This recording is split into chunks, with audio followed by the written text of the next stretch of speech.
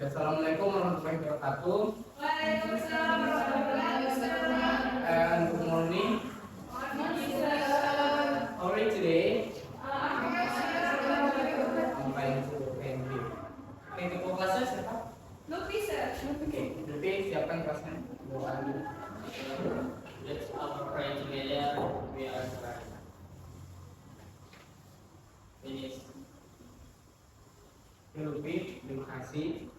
Kebetulan untuk hadiran siapa yang tidak hadir pada hari ini? Siapa? Please, apa alasannya? Banjir rumah. Oh, iya. Terus siapa lagi? Udah, lalu bagus. Kemudian kita dua orang aja. Selebihnya hadir ya. Baiklah, sebelum kita memulai pelajaran pada hari ini, saya mau mengingatkan, ada yang masih ingat tidak? Kira-kira pelajaran sebelumnya kita membahas tentang apa? Descriptive text. Ada yang masih ingat tidak? Apa itu descriptive text? Ya, masalah apa itu? Descriptive text is text that aims to describe an object, place, animal, person in type. Iya, nah, jadi untuk descriptive text yaitu pembahasan minggu lalu, kira-kira ada yang belum paham nggak? Atau ada yang ingin ditanyakan? Jadi semua ada paham ya tentang descriptive text, yaitu tentang mendeskripsikan atau menggambarkan sebuah sesuatu, bisa itu orang, buah, benda, atau kejadian tertentu. Baiklah, mengenai tentang descriptive text ada hubungannya dengan sebuah pendapat, yaitu materi kita pada hari ini, yaitu tentang opinion dan thought, atau sebuah pendapat dan pemikiran. Sebelum saya menjelaskan apa itu opinion, ada yang tahu nggak definisi dari opinion atau pendapat?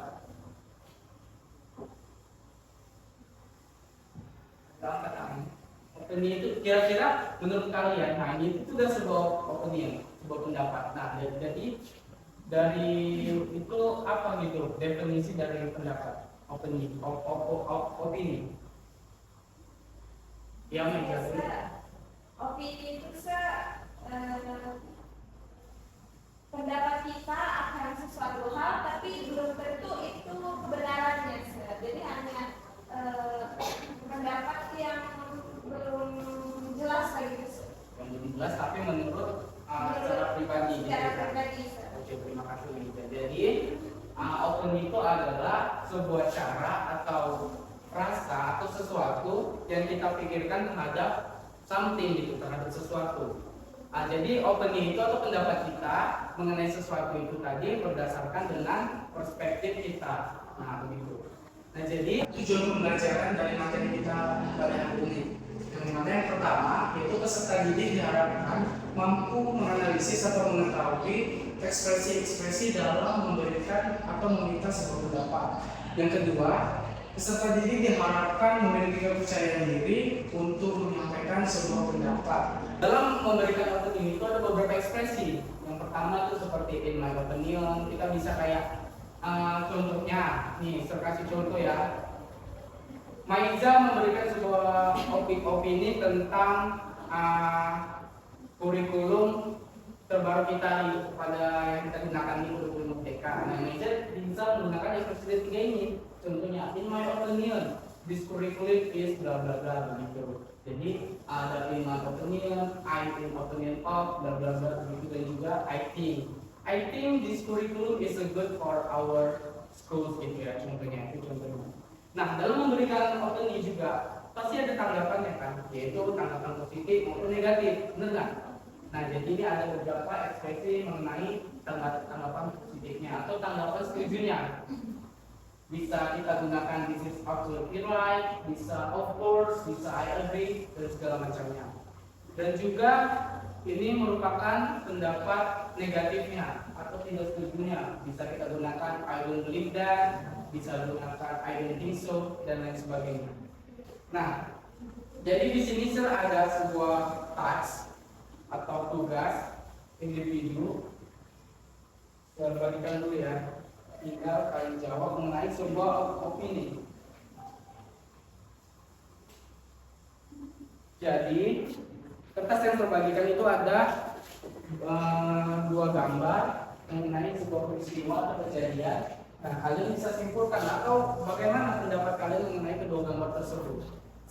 Bagi waktu 1 menit untuk menyelesaikannya. Dan kalian kalau sudah siap maju ke depan dan beri tanggapan kalian mengenai kedua gambar tersebut. Terjelaskan ya. Yang pertama itu ada activity 1. Look at the picture and answer the question. Lihatlah pada gambar dan jawab pertanyaannya. Picture 1, what do you think about this picture? Nah, kira-kira di picture 1 itu apa yang terbesit dalam pikiran kalian?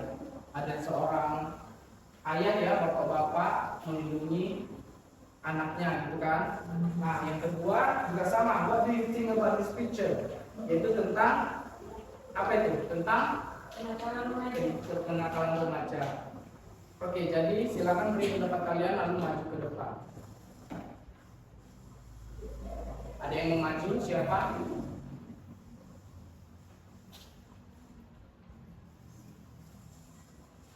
Kalau nggak ada sering tunjuk ya. Oke, Maiza coba. Dari kedua gambar itu menurut Maiza apa yang ada di pikiran Maiza? Coba kalau jelaskan maju ke depan, beritahu ke teman-teman.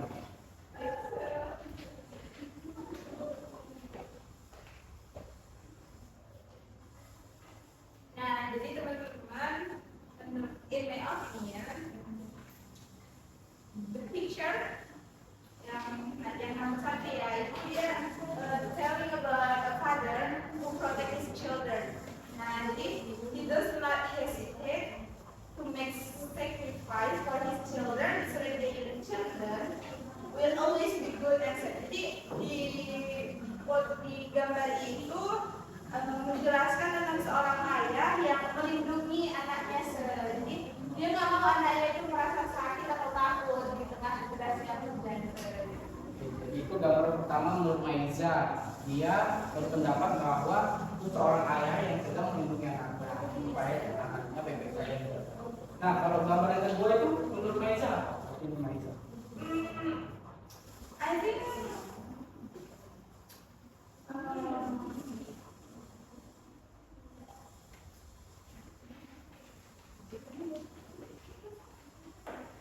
I think it could be because of their environment, their relationship, their case, their from children, or it could be because they need attention.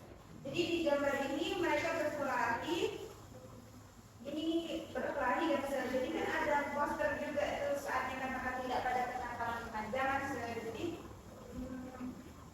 poster ini tuh mengingatkan kita untuk tidak berbuat kenakalan karena itu Jadi untuk Maiza, picture kedua itu merupakan hal yang tidak baik ya yang dilakukan karena itu merupakan kenakalan remaja. Oke, terima kasih Maiza. Beri dulu tepuk tangan terus dulu. Oke, Maiza juga begitu. Ada lagi? Mau satu lagi menjawab. Sofia coba maju. Jelaskan apa menurut pendapatmu mengenai gambar pertama dan gambar kedua. Nggak maju ke depan dong, tadi kan temannya maju ke depan.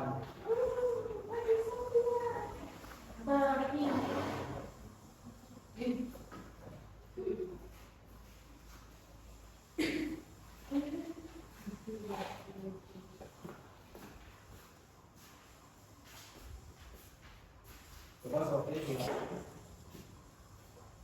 Picture 1, my opinion.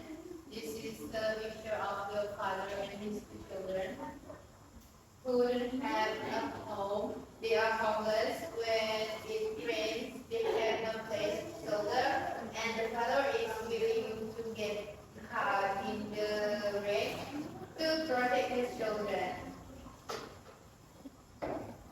Jadi menurut Sofia kira-kira apa itu? Coba Seorang ayah yang melindungi kedua anaknya. Di mana mereka tidak memiliki rumah, jadi ketika hujan turun, mereka tidak punya tempat untuk berlindung, jadi sampai merangkul anaknya, melindungi anaknya dari derasnya hujan. Oke, jadi menurut Sofia pada gambar pertama itu adalah seorang ayah dan kedua anaknya yang tidak memiliki rumah, Iya. lagi hujan, nggak ada tempat teduh, jadi ayahnya mengorbankan dirinya untuk melindungi anaknya, gitu. Nah, jadi kalau yang nomor kedua itu menurut Sophie, Nomor kedua. iya.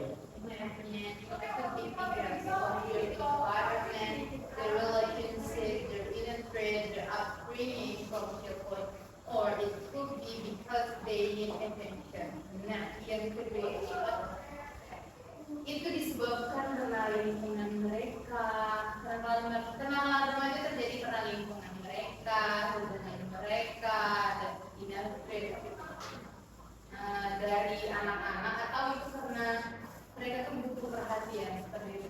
Oke, baik. Jadi menurut pendapat Sophia dan mereka kedua itu, menurut opini Sophia, kenakalan remaja itu terjadi karena pengaruh lingkungan Yes. dan juga butuhnya dukungan. Yes. Give approach untuk Sophia. Nah, baiklah. Jadi begitu ya kira-kira mengenai opini tadi. Jadi kita bisa memberikan sebuah pendapat atau opini atau pemikiran kita terhadap sesuatu, baik itu tentang manusia, benda, atau kejadian tertentu berdasarkan perspektif kita. Jadi begitu. Nah, sejauh ini kira-kira masih ada yang belum paham tidak tentang opini itu?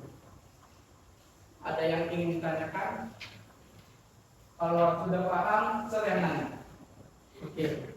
Kalau begitu coba Maisaro, tadi kan saya akan menjelaskan tentang ekspresi sebuah opini yang setuju dan tidak setuju. Coba Maisaro sebutkan salah satu ekspresi opini yang setuju. Satu aja. Yang setuju. I'm agree with you. Itu artinya saya setuju dengan. Oke. Terima kasih, benar jawabannya.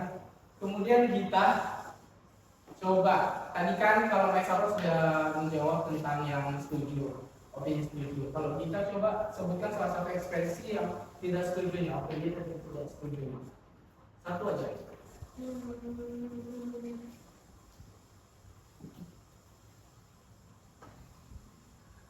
Iya. Satu aja.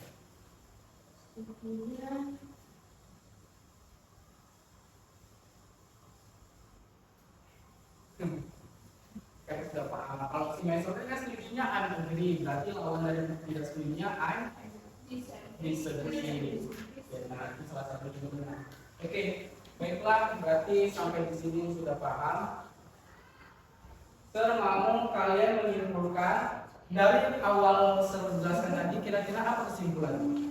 Ayo, ada yang mau menyimpulkan tentang pendapat definisi opini, tentang contoh-contohnya dan sebagainya? Coba. Ayo Maiza, coba simpulkan. Sebentar. Jadi opini adalah The way you feel or think about something. ya apa itu opini? Opini adalah apa yang kamu rasakan atau pikirkan tentang sesuatu tersebut dan kamu lakukan. Yang menurut Persepsi perspektif kita. Oke, baiklah, terima kasih. Oh ya, sebelum saya mengakhiri, saya ada tugas. Ini tugas kelompok dikerjakan di rumah. Satu kelompok terdiri dari 2 orang. Jadi tugasnya apa, Sir? Tugasnya kalian membuat sebuah opini, percakapan. Nah, jadi contohnya kayak Maisaro dengan Intan. Jadi buat video tentang percakapan sebuah opini. Ya, bisa. Tertunggu submit until 12 PM ya, jam 12 malam. Oke, baiklah, mungkin sampai di sini aja materi kita pada hari ini. Saya ucapkan terima kasih. Assalamualaikum warahmatullahi wabarakatuh. Oh ya, untuk mengingat materi selanjutnya kita akan bahas mengenai naratif teks ya. Jadi di rumah coba-coba cari apa itu naratif teks. Jadi minggu depan saya akan tanya apa itu tentang naratif teks. Oke? Oke, Profesor. Terima kasih and good morning.